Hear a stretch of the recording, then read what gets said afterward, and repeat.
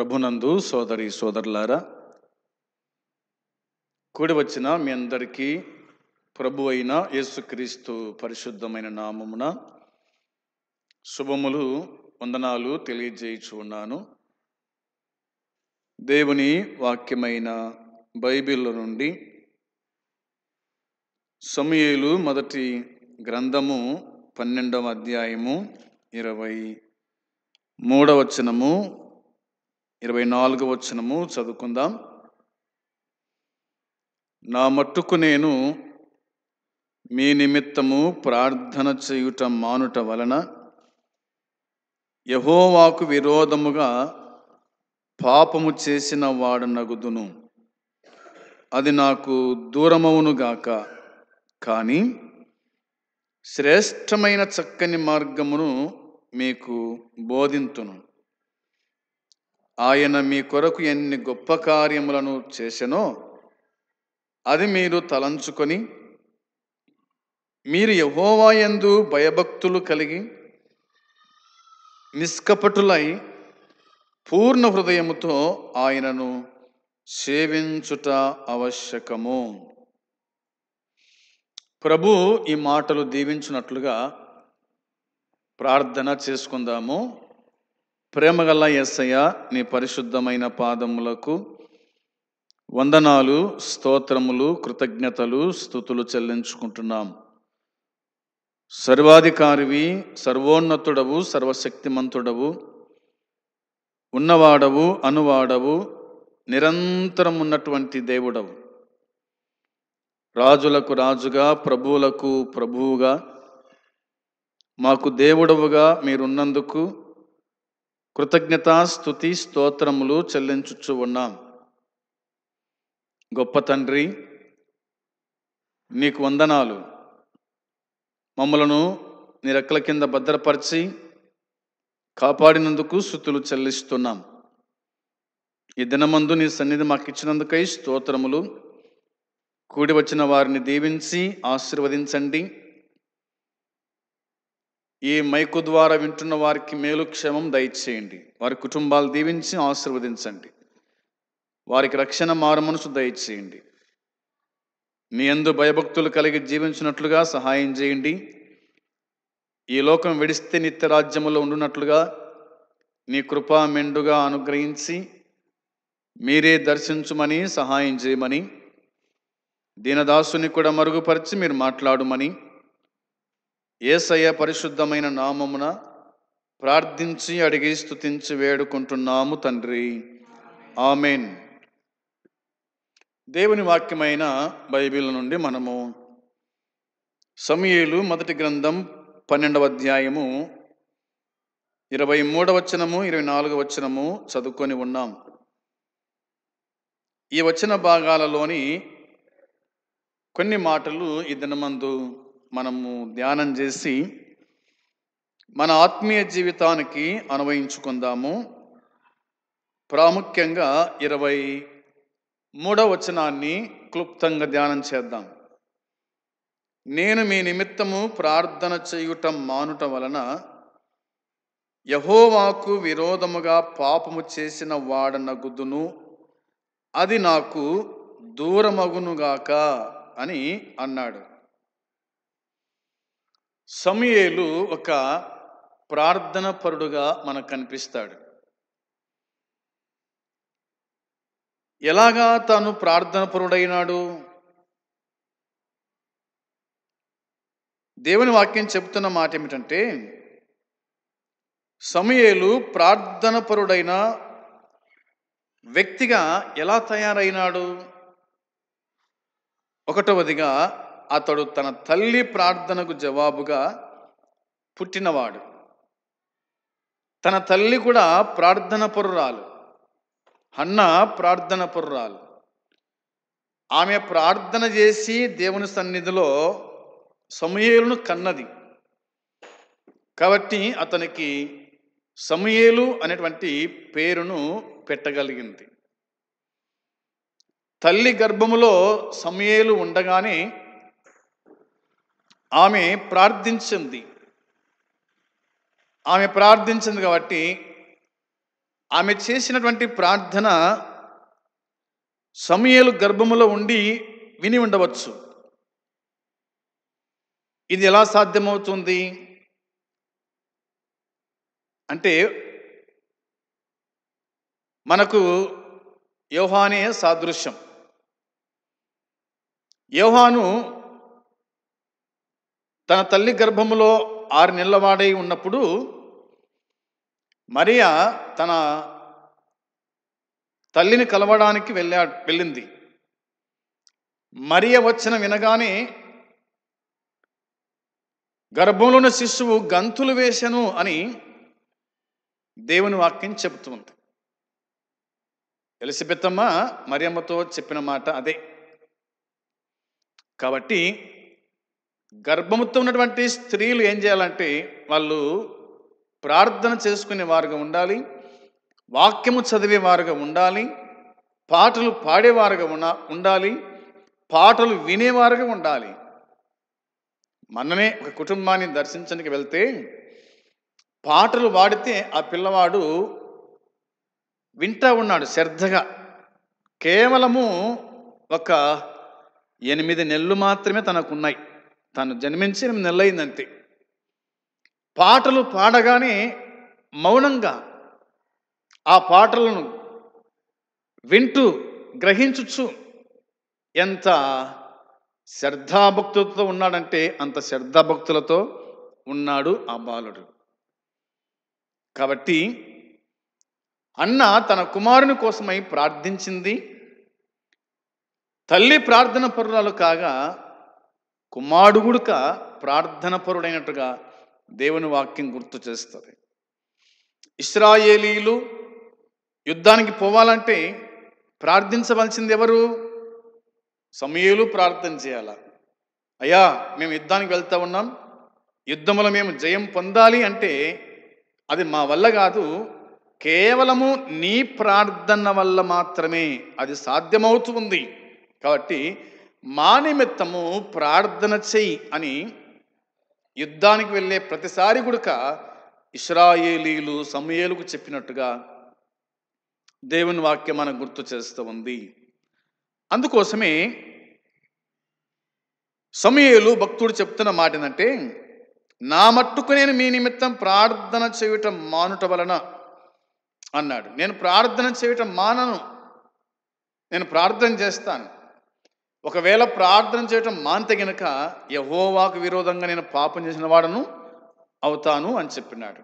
అంటే ప్రార్థన చేయకపోవటం కూడా పాపమని దేవుని వాక్యం చెబుతూ ఉంది. ప్రియమైన సోదరి సోదరులారా, ఈ దినమందు ఉదయకాలం లేసి ప్రార్థన చేసుకున్నావా? ఈ దినము ఉదయకాలమందు వాక్యం చదువుకున్నావా? దేవుని సన్నిధి సమీపించినావా? దేవుని సన్నిధిలో ఈ దినమంతా కూడా నేను ఎలా ప్రయాణం చేయాలి, ఎలా పని చేయాలి, ఏం మాట్లాడాలి, ఇవన్నీ కూడా దేవుని సన్నిధిలో విన్నవించుకున్నావా? అలాగైతే దేవుడు నీ మార్గాన్ని సరళం చేస్తాడు. ఉదయం లేవగానే ప్రార్థన చేసుకోకుండా, ప్రభునకు సంగతి చెప్పకుండా, దేవుడు నీతో ఉదయకాలమందు మాట్లాడకుండా నీవు లేచి నీ పని మీద ముందు కొనసాగుతూ గనుక ఆ దినము నీకు ఓటమే కానీ జయమంటూ ఉండదు అనేది దేవుని వాక్యం మనకు తేటగా జ్ఞాపకం చేస్తూ ఉంది. కాబట్టి ప్రార్థన చేయకపోతే పాపం అని బైబిల్ చెబుతూ ఉంది. ప్రార్థన చేయాలి. ఇప్పుడు నోరున్నోడు ఏం చేయాలో మాట్లాడాలి. మూగడైతే మాట్లాడలేడు, అవునా? నువ్వు మూగనివి కాదు, నీకు మాటలు వస్తాయి, కాబట్టి నువ్వు మాట్లాడాలి అనేది వాక్యం చెబుతుంది. అదే కోణములో ఎవరైనా ఫోన్ చేసి లేదా ఎవరైనా నీ కాడికి వచ్చి అమ్మా నా కోసం ప్రార్థన చెయ్యి, అయ్యా నా కోసం ప్రార్థన చెయ్యి అంటే మనము వారి కోసము ప్రార్థించే వారుగా కూడా ఉండాలి. వారి అవసరతను ఎరిగి, వారి ఇబ్బందిని ఎరిగి, వారికి ఉన్న రోగాలను బట్టి దేవుని దాసునిగా నీ కాడికి వచ్చి విన్నవించుకున్నప్పుడు నువ్వు ప్రార్థన చేయాలా. రెండవదిగా నీవు కూడా చేసుకో ప్రార్థన అని మనము చెప్పేవారుగా ఉండాలని దేవుని వాక్యం మనకు జ్ఞాపకం చేస్తూ ఉంది. ప్రియమైన సోదరి సోదరులారా, నేను మీకోసం ప్రార్థన చేస్తానని చెప్పాడు. అంత మాత్రం కాకుండా చివరి లైన్లో ఒక మాట రాయబడింది. అదేమిటంటే, శ్రేష్టమైన చక్కని మార్గమును మీకు బోధించదను అన్నాడు. శ్రేష్టమైన చక్కని మార్గం నీకు బోధించదను అన్నాడు. ప్రార్థన చేయటం మాత్రమే కాదు, కానీ ఒక చక్కని మార్గం, అది శ్రేష్టమైన మార్గము గురించి నేను మీకు బోధిస్తాను అని చెప్పినాడు. బోధించుట, దేవుని దాసుడు ప్రార్థించువాడై ఉండాలి. దేవుని దాసుడు దేవుని శ్రేష్టమైన మార్గం గురించి బోధించువాడై ఉండాలి అనేది వాక్యం చెబుతూ ఉంది. ఇది సరైన మార్గము, ఇది సరిగాని మార్గము, ఇందులో వెళ్తే నువ్వు గమ్యం చేరుతావు, ఇందులో వెళ్తే నువ్వు గమ్యం చేరవు అనేది దేవుని దాసుడే దేవుని పిల్లలకు చెప్పేటువంటి వాడుగా ఉండాలని వాక్యం మనకు గుర్తు చేస్తూ ఉంది. మన ప్రభువైన యేసుక్రీస్తు చెప్పిన మాట మనం ఎరుగుదము. నేను లోకమునకు వెలుగునన్నాడు, నేనే మార్గము అని అన్నాడు అనమాట. ఆయన మార్గం ఎక్కడి నుంచి ఎక్కడికి మార్గము అంటే, ఈ భూమి మీద నుంచి పరలోకానికి ఆయన మార్గము అని ప్రభు చెప్పాడు. నిజమే, ఆయన మార్గం ఇక్కడ నుంచి పరలోకానికి. నేను గత వారంలో కడపకు వెళ్తే అక్కడ ఒక మందిరం కనిపించింది. రోడ్డు పక్కన ఒక మందిరం కనిపించింది. ఆ మందిరము దగ్గర పైన యేసుక్రీస్తు ప్రభు ఉన్నాడు. ఆ సైడు ఈ సైడు మెట్లు ఉన్నాయి. భూమి మీద నుండి ఆ స్థలం వరకు మెట్లు ఉన్నాయి. ఆ మెట్ల మీద దేవదూతలు ఎక్కుచూ దిగుచూ ఉన్నట్టుగా కనిపించింది. దాన్ని చూడగానే ఏమర్థమైంది అంటే, ఆదికాండము 28వ అధ్యాయం అనుకుంటాను, అక్కడ యాకోబు ప్రయాణం చేస్తూ ఒక స్థలమందు పండుకొని ఉండగా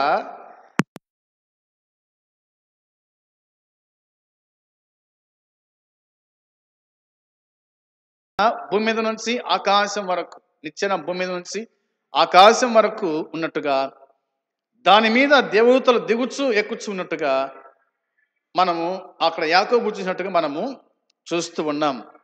కాబట్టి ఆయన మార్గము అనేది మనం గుర్తుంచుకోవాలా. ఆయన మార్గం కాబట్టి ఆ చక్కని మార్గము, శ్రేష్టమైన చక్కని మార్గమును నేను మీకు బోధిస్తాను అని ఆయన చెప్పినాడు. చక్కని మార్గం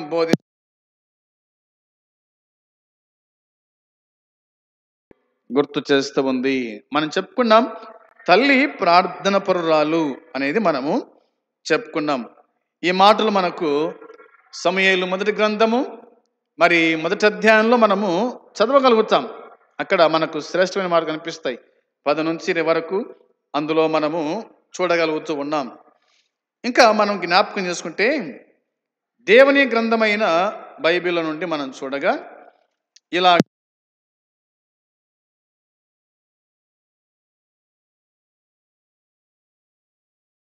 అధ్యాయము 7వ అధ్యాయము 5వ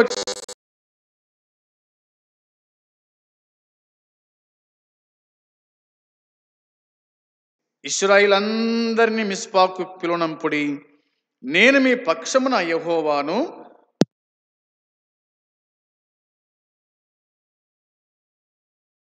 ఉంది.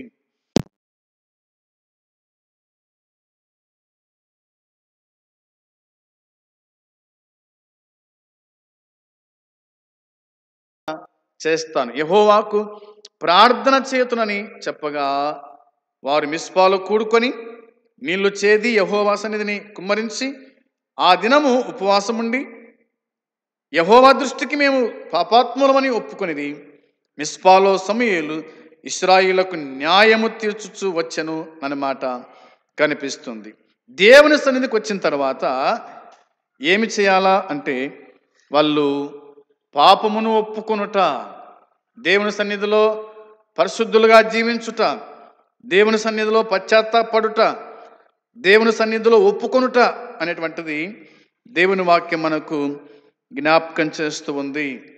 7వ అధ్యాయం 14వ వచనంలో, మరియు ఫిలిష్తీయులు ఇశ్రాయేలు యుద్ధ నుండి పట్టుకునిన పట్టణములు ఇశ్రాయేలుకు తిరిగి వచ్చెను. ఎక్రోన్ నుండి గాతు వరకున్న గ్రామములను వారు పొలములను ఇశ్రాయేలు ఫిలిష్తీయుల చేతుల నుండి విడిపించిరి. ఇశ్రాయేలుకు అమోరీయులకును సదా సమాధానము కలిగెను అనే మాట ఉంది. అంటే ఎప్పుడైతే సమూయేలు ప్రార్థన చేశాడో అప్పుడు ఫిలిష్తీయులు ఓడిపోయినట్టుగా దేవుని వాక్యం చెబుతుంది. ఫిలిష్తీయులు ఏ పట్టణాల్లో వాళ్ళు పట్టుకున్నారో ఆ పట్టణాలన్నీ కూడా ఇశ్రాయేలు మరలా పొందిరి అన్నమాట మనకు కనిపిస్తుంది. అంటే దేవుని సన్నిధిలో ప్రార్థించగా సమూయేలు ఇశ్రాయేలు యుద్ధం చేశారు. ప్రార్థన బలము చేత ఇశ్రాయేలీలు ఫిలిష్తీయులను ఓడించినట్టుగా దేవుని వాక్యం చెబుతుంది. ప్రార్థన విజయాన్ని కలిగిస్తుంది. ప్రార్థించగా, అవునా? ఇప్పుడు మోసే ప్రార్థన చేస్తూ ఉంటే యెహోషువ యుద్ధం చేసినాడు, అవునా? మోసే ప్రార్థన వల్ల యెహోషువ యుద్ధములో గెలిచినాడు.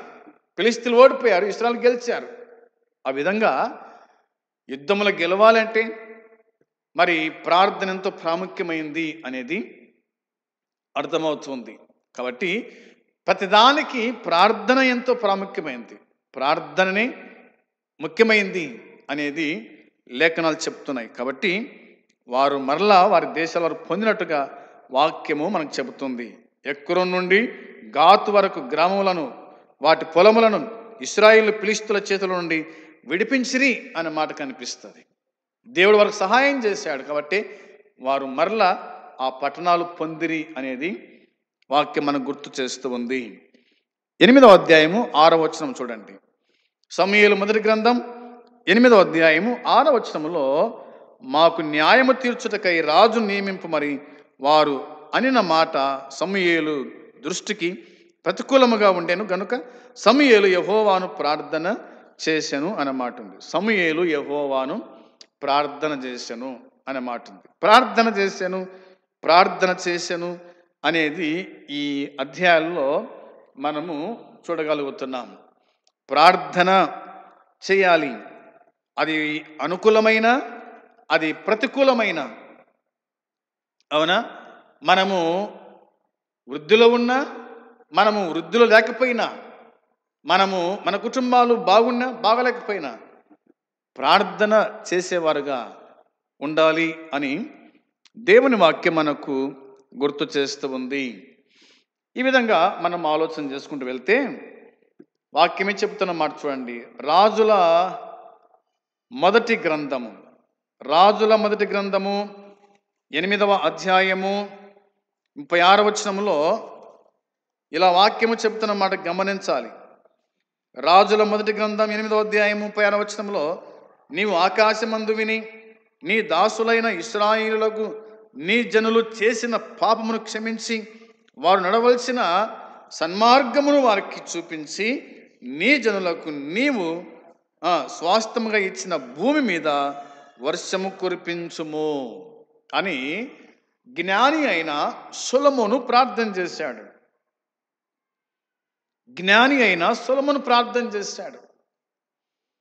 సొలొమోను రాజు, అవునా?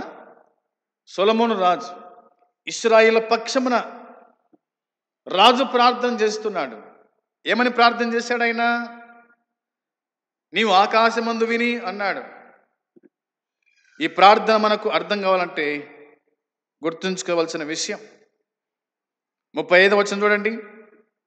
35వ వచనములో మనం చూడగా, వారు నీకు విరోధముగా పాపము చేసినందున ఆకాశము ముయ్యబడి వర్షము లేకపోగా నీవు వారిని ఇలాగున శ్రమ పెట్టుట వలన వారు నీ నామము ఒప్పుకొని తమ పాపములను విడిచి ఈ స్థలము తట్టు తిరిగి ప్రార్థన చేసిన ఎడల నీవు ఆకాశమందు విని నీ దాసులైన ఇశ్రాయేలులకు నీ జనులు చేసిన పాపమును క్షమించి వారు నడవలసిన సన్మార్గమును వారికి చూపించి నీ జనులకు నీవు స్వాస్థ్యముగా ఇచ్చిన భూమి మీద వర్షము కురిపించుము అనే మాట ఉంది.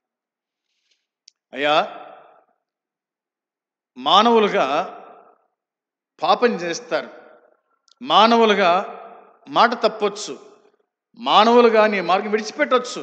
అయితే వారికి బుద్ధి వచ్చిన తర్వాత, వారు సత్యాన్ని గ్రహించిన తర్వాత, ఇదిగో ఈ మందిరం వైపు చూసి, నీ వైపు చూసి వాళ్ళు ప్రార్థన చేస్తే, దేవా వారి పాపాలు క్షమించు, వారి ప్రార్థన విను, ఆలకించు, వారి భూముల మీద వర్షము కురిపించు, వారికి చక్కని పంట దయచేయి అని సొలొమోను ప్రార్థించినట్టుగా దేవుని వాక్యం జ్ఞాపకం చేస్తూ ఉంది. మానవులుగా సహజంగా మనము పడిపోతుంటాం. అయితే పడకుండా చూసుకోవడము మన బాధ్యత. ఒకవేళ పడిపోతే కనుక ఏం చేయాలంటే పశ్చాత్తాపముతో ప్రభు యొద్దకు వచ్చేవారుగా ఉండాలి. ఆకాశం వైపు మన చేతులు ఎత్తాలి. పరమందున దేవునికి మన విన్నపాలు, మన ప్రార్థన విషయాలు తెలియజేస్తే దేవుడు ఆలకిస్తాడు, నీ పాపాన్ని క్షమిస్తాడు, నిన్ను పరిశుద్ధునిగా చేస్తాడు, తన సొత్తుగా చేసుకుంటాడు అనేది దేవుని వాక్యం చెబుతుంది. ఆయన పశ్చాత్తాపడతాడనే మాట కూడా మనము గ్రహించు వారమై ఉండాలి. ఇందులో మనం ఇలా చూస్తాం. ఇక వాక్యం చెప్తున్న మాట చూడండి. కీర్తనల గ్రంథములో మరొక మాట గుర్తు చేయాలనుచున్నాను. 34వ కీర్తన 11వ చరణం. 34వ కీర్తన 11వ వచనములో, పిల్లలారా మీరు వచ్చి నా మాట వినుడి, యెహోవా యందలి భయభక్తులు మీకు నేర్పెదను అన్నాడు. పిల్లలారా మీరు వచ్చి నా మాట వినండి. దేవుని కుమారులుగా ఇశ్రాయేలు ఎవరు? దేవుని పిల్లలు. మనము దేవుని పిల్లలం. అయితే ఆయన మాట్లాడినప్పుడు మనము వినాలా? అర్థమైంది మాట? ఆయన మాట్లాడినప్పుడు మనం వినాలా? ఆయన మౌనంగా ఉన్నప్పుడు మనం మాట్లాడాలి. మనమేం మాట్లాడతాం దేవునితోనికే? అవునా? ప్రార్థనే మాట్లాడటం దేవునితోనికి, అంతే. మన విన్నపాలు తెలియచేయటము, ఆయనతో మాట్లాడటం. ఆయన ఎలాగో మాట్లాడగలుగుతాడు మనతోనికి అంటే, వాక్యం చదువుతుంటే ఆయన మనతో మాట్లాడతాడు. నువ్వు ఎంతవరకు చదివితే అంతవరకు మాట్లాడతాడు. ఒక ఆయన అడిగా నేను, నువ్వు ఎన్ని అధ్యాయాలు చదువుతావు రోజు కంటే? ఆయన అంటాడు, దాదాపుగా 5 అధ్యాయాలు చదువుతాను రోజుకు అంటాడు. అంటే తాను డ్యూటీలో ఉండి గుడక రోజుకు 5 అధ్యాయాలు చదువుతాడంట. మనం ఎన్ని అధ్యాయాలు చదువుతాం రోజుకు? అవునా? మనం ఎన్ని అధ్యాయాలు చదువుతాం రోజుకు? 1 అధ్యాయము లేదా 2 అధ్యాయాలకు అయిపోయా. కానీ దేవుని వాక్యము చదువుట, చాలామంది మనం చూస్తూ ఉంటాం. చెప్పులు కుట్టేవారు కూడా దేవుని వాక్యం చదువుతుంటారు. ఖాళీ సమయంలో పనిచేసేవారు వాక్యం చదువుతుంటారు.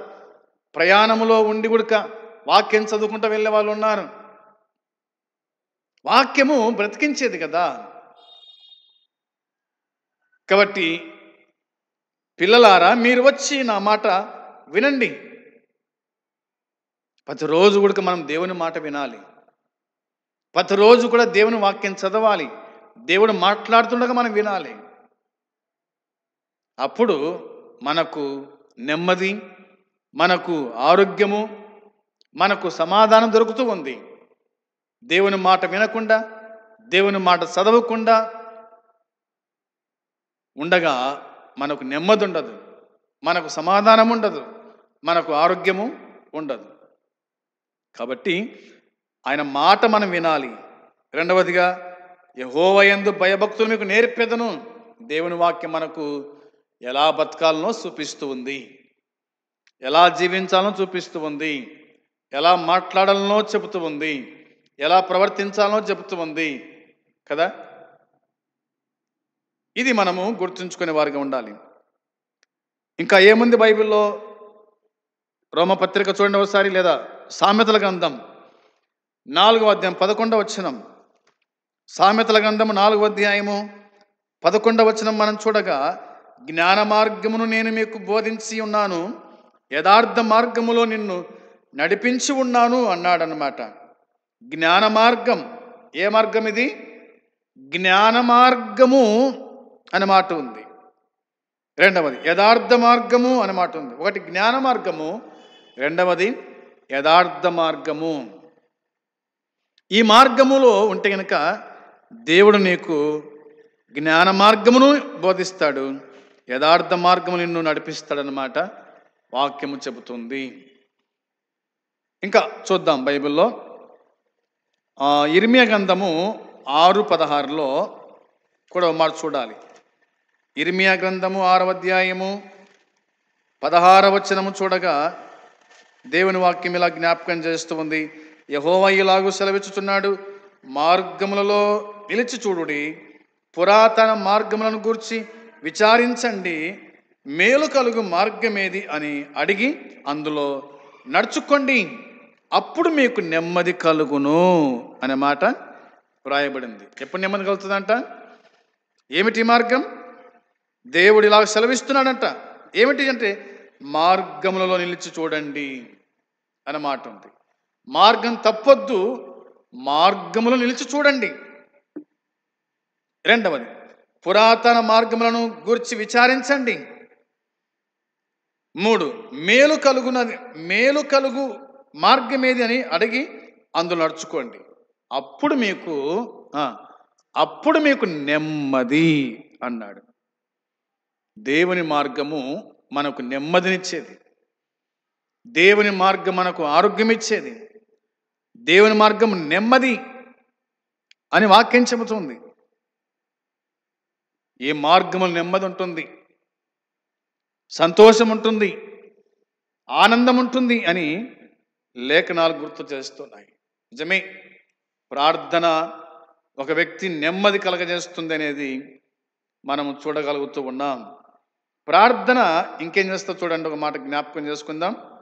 అపోస్తుల కార్యం 12:5లో, అపోస్తుల కార్యం 12వ అధ్యాయము 5వ వచనము చూడగా, పేతురు చెరసాల్లో ఉంచబడెను, సంఘమైతే అతని కొరకు అత్యాసక్తితో ప్రార్థన చేయుచుండెను అనే మాట ఉంది.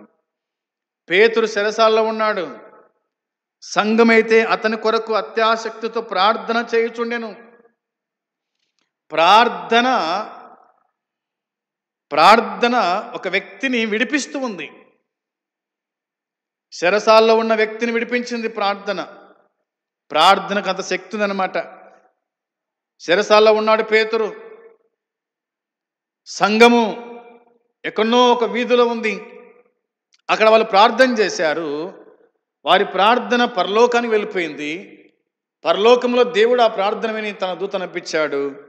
ఆ దూత ద్వారా పేతురును విడిపించినాడు అనేది అర్థమవుతుంది. నిజమే, ఈ భూమి మీద మనం ప్రార్థన చేస్తే మన ప్రార్థన పరలోకానికి వెళ్ళిపోతుంది. ముఖ్యంగా అక్కడ దేవుడు మన ప్రార్థన వింటాడు.